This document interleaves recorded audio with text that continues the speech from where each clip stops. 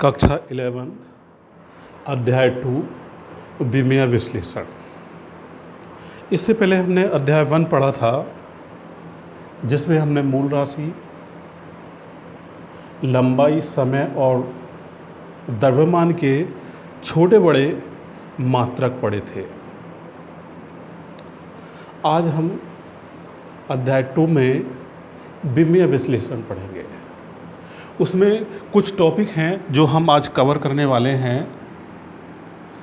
भौतिक राशियों का विमीय विश्लेषण, विमीय सूत्र, विमीय समीकरण, विमीय चर, विमाहीन चर और विमीय अचर और विमाहीन अचर। इन टॉपिकों को हम क्या करने वाले हैं, आज की वीडियो में पढ़ने वाले हैं। तो पहले हमारी जो हेडिंग है भौतिक राशियों की विमाएँ, अर्थात पहला टॉपिक भौतिक राशियों की विमाएँ। ठीक है। जो भौतिक राशियाँ होती हैं वो दो प्रकार की होती हैं, एक मूल राशि और दूसरा व्युत्पन्न राशि। अर्थात कह सकते हैं कि भौतिक राशियों को दो भागों में डिवाइड किया गया है, एक मूल राशि और एक व्युत्पन्न राशि। अब मूल राशि कौन सी होती हैं? मूल राशियां वो होती हैं जो अपने स्टैंडर्ड पर काम करती हैं, किसी दूसरे पर निर्भर नहीं होती, वो कहलाती हैं मूल राशि। व्युत्पन्न राशि जो मूल राशियों पर डिपेंड करती हैं वो हमारी क्या कहलाती हैं? व्युत्पन्न राशि कहलाती है। तो हम जो पढ़ने वाले हैं आज का टॉपिक वो भौतिक राशियों की विमाएँ। तो जो हमारी मूल राशियां होती हैं वो 7 प्रकार की होती हैं: द्रव्यमान, लंबाई, समय, वैद्युत धारा, ताप, ज्योति तीव्रता और पदार्थ की मात्रा।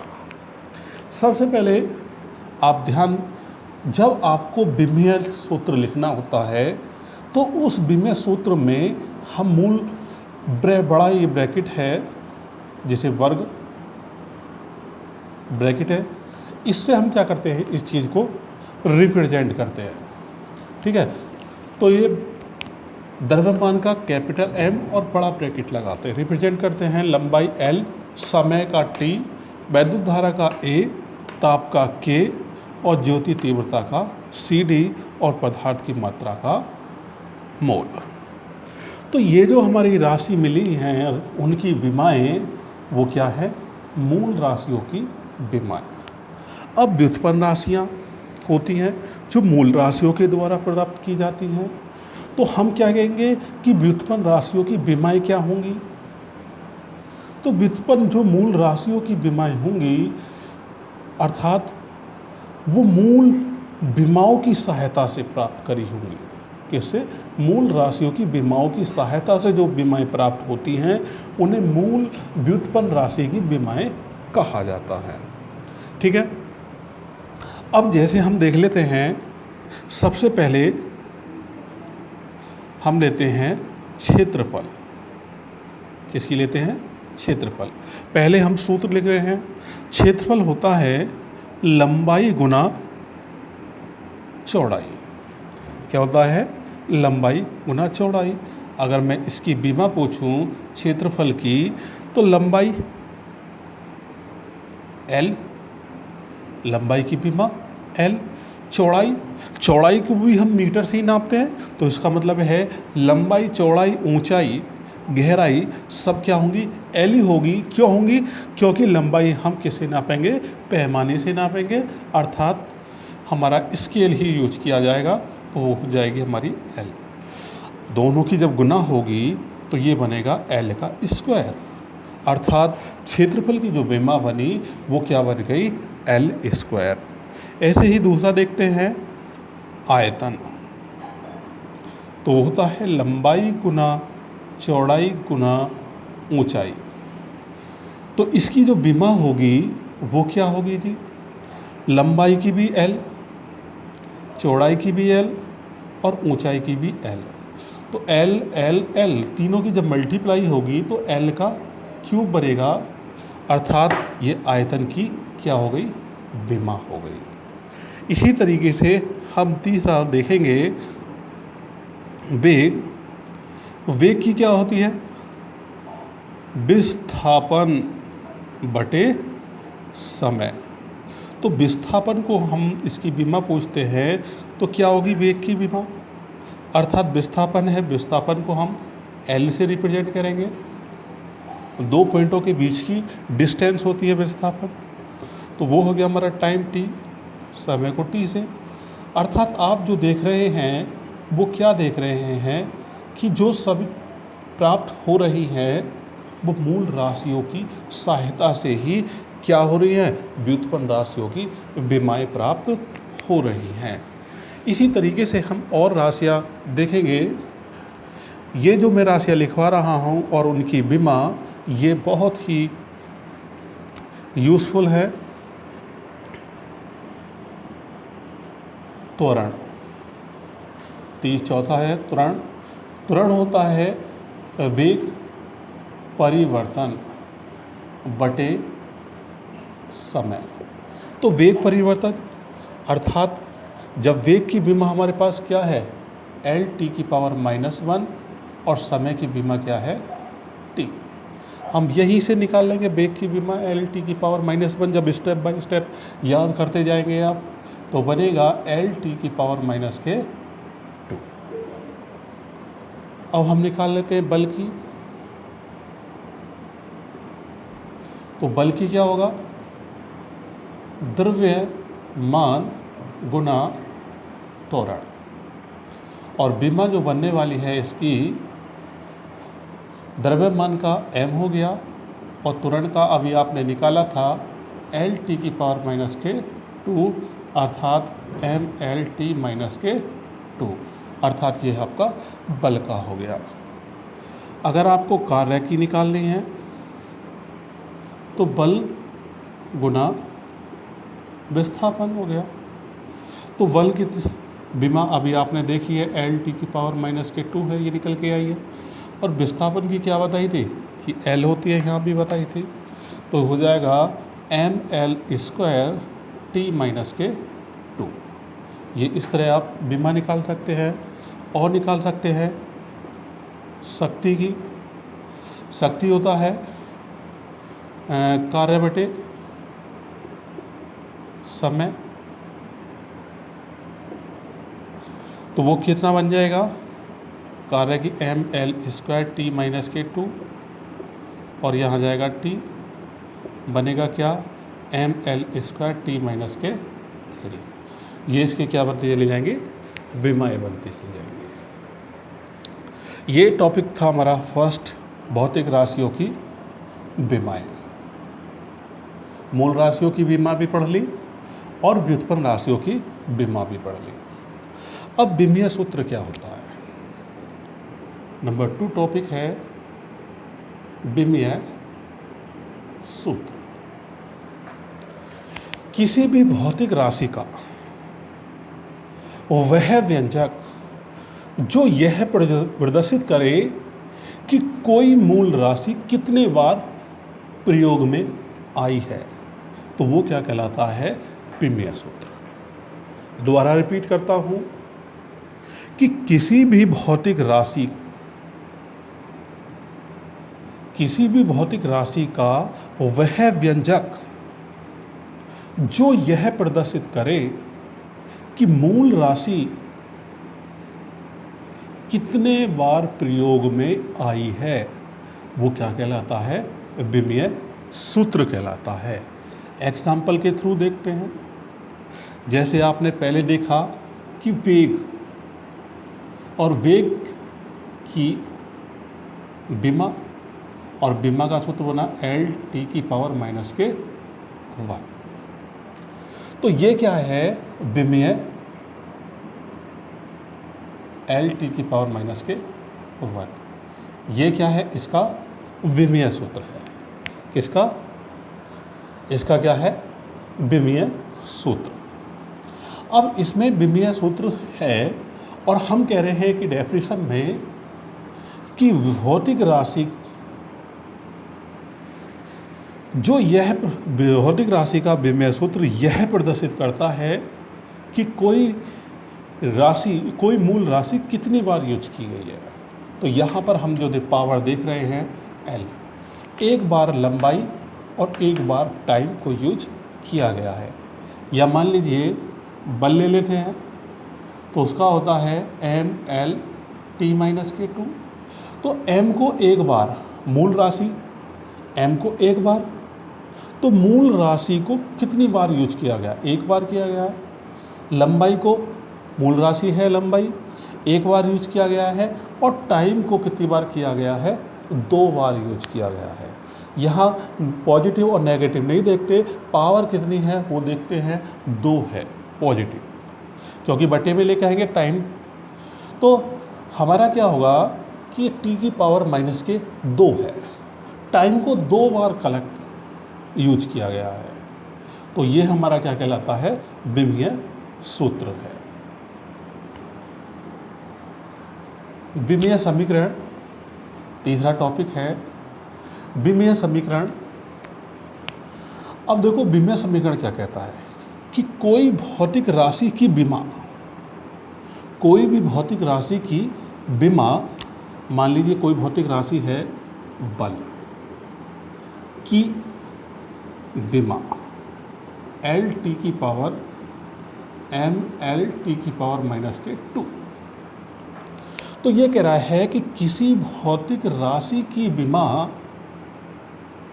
उस राशि के बराबर हो, मूल राशि के बराबर हो या बराबर लिखा जाए तो वो क्या कहलाती है, विमीय समीकरण कहलाती है।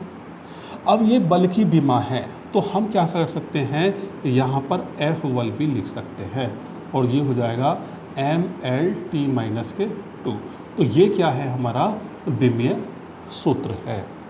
एग्जाम्पल मान सकते हैं, मान लीजिए कि वेग ही ले रहे हैं तो वेग को हम रिप्रेजेंट करते हैं v से। तो यहाँ पर हमने क्या किया कि विमीय समीकरण क्या कहता है कि भौतिक राशि की विमाओं के बराबर लिख देने पर वो विमीय समीकरण बन जाती है। अगर मैं समीकरण की बात करूँ तो अगर बराबर का चिन्ह आता है तो वो समीकरण कहलाती है। अगर किसी भी फंक्शन में कभी भी बराबर का चिन्ह आपको दिखाई देगा तो वो क्या कहलाती है, आपकी समीकरण कहलाती है।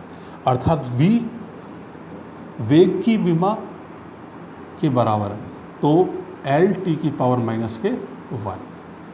ऐसी त्वरण की ले लीजिए तो क्या बनेगा, एल टी की पावर माइनस के टू।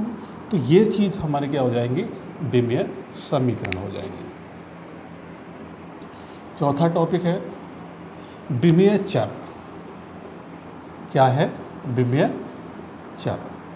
अब विमीय चर में क्या होता है, सबसे पहले आपको पता होना चाहिए चर व अचर क्या होते हैं। चर और अचर क्या होते हैं, चर और अचर क्या होते हैं। तो चर का मतलब है कि जिनकी वैल्यू बदलती रहे। जैसे आपने देखा होगा कि एक्स वाई चर है तो उसका मान क्या होता है, परिवर्तित होता रहता है। जो अचर होते हैं उनके मान में कभी भी परिवर्तन नहीं होता, उन्हें बोलते हैं अचर। कैसे, जैसे अगर आप अपनी लाइफ में देखें तो अगर आपसे पूछा जाए कि आपके घर में कितने कमरे हैं तो आप कभी भी न्यून ही कहने वाले कि 3.5 कमरे हैं। छोटा है बड़ा है तो कमरा ही, परंतु आप पूरी कहेंगे कि 3 हैं, 4 हैं, 5 हैं, 6 हैं, 7 हैं, ऐसे बोलने वाले हैं। अर्थात एक वो कांस्टेंट वैल्यू मिल गई हमें 3, मान लीजिए 3 है तो इसके मान में कभी भी परिवर्तन नहीं हो सकता। अगर ये कभी भी परिवर्तन हो जाए तो कैसे हो जाएगा, पॉइंट रख के भी हो सकता है कि आज 3.5 हो, तो वो चर नहीं क्या कहलाएगा, अचर नहीं चर कहलाएगा। अर्थात जिसके मान में परिवर्तन हो जाए। तो इसमें कह रहा है कि विमीय चर। विमीय चर क्या है, क्या चीज़ है, विमीय चर। जिस चर की ऐसी भौतिक राशि जो चर है और उसमें विमा भी है, मतलब ऐसी भौतिक राशि जो चर है और उसकी विमा भी है, तो वो है विमीय चर कहलाती है। दोबारा रिपीट करता हूं कि वह भौतिक राशि जो चर है और उसकी विमा भी ज्ञात की जा सकती है, वो विमीय चर कहलाती है। जैसे वेग, बल, ठीक है, ये क्या है, हमारे विमीय चर है। आ जाइए अगला, विमाहीन चर। ऐसी राशि जो चर तो है परंतु विमाहीन है। दोबारा रिपीट करता हूं कि ऐसी राशि जो चर तो है, ऐसी भौतिक राशि जो चर तो है परंतु विमाहीन है, तो विमीय चर राशि कहलाती है। ऐसी भौतिक राशि जो चर है और जिसकी विमा भी है, तो वो विमीय चर कहलाती है। ऐसी राशि जो चर है परंतु विमाहीन है, वो विमाहीन चर कहलाती है। कैसे? कोण, ठीक है, क्या है? कोण। अब विकृति, अब देखिए ये होती कैसे है। अब विमाहीन कैसी होती है? अब विमाहीन के बाद में जो कोण होता है उसका सूत्र होता है चाप बटे त्रिज्या, और जो विकृति होती है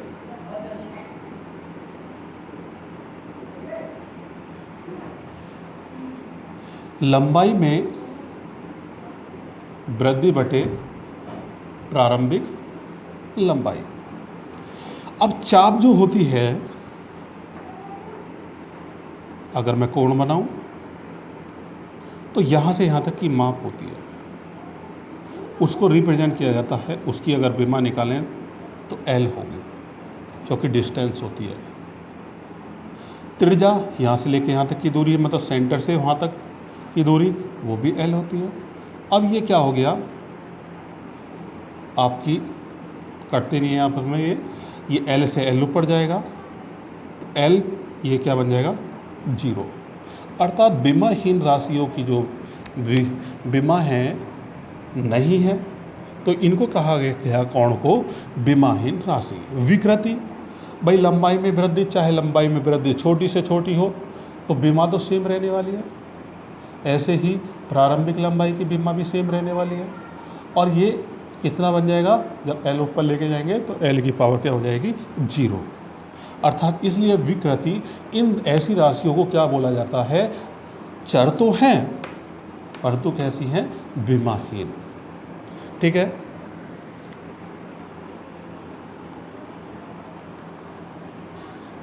अचर अर्थात कांस्टेंट,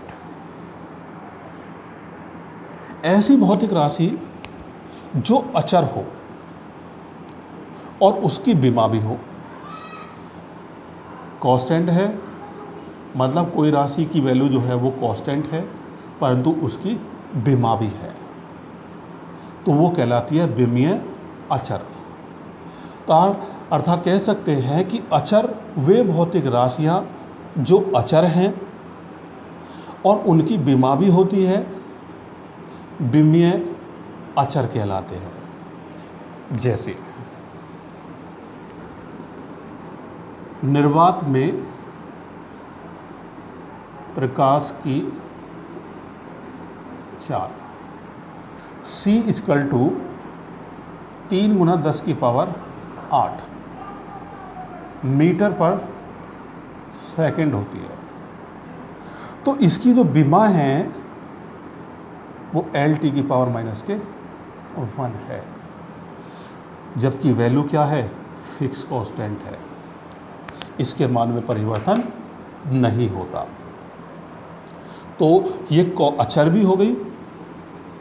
अचर वो वस्तु वो होते हैं जिनके मान में परिवर्तन नहीं होगा। प्लांक नियतांक।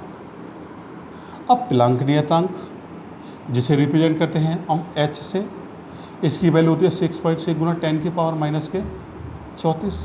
इसके मान में भी परिवर्तन नहीं होता, परंतु इसके क्या होती है, विमा होती है। ठीक है। अब विमाहीन अचर क्या होगी, विमाहीन अचर। तो अचर जो है और विमाहीन भी है, तो ऐसी जो है हमारी वो क्या कहलाती है, जैसे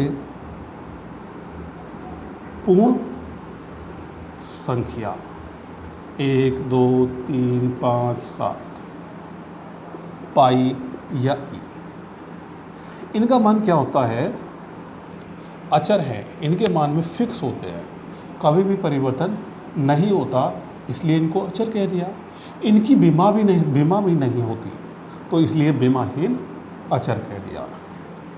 ये अध्याय 2 की विमेय विश्लेषण की पहली वीडियो है, जिसे लाइक करें, शेयर करें और चैनल को सब्सक्राइब अवश्य कर लें। इस टॉपिक जो हमने पढ़े हैं, इन सब की पीडीएफ आपको डिस्क्रिप्शन बॉक्स में उसका लिंक मिल जाएगा, जहां से आप डाउनलोड कर सकते हैं।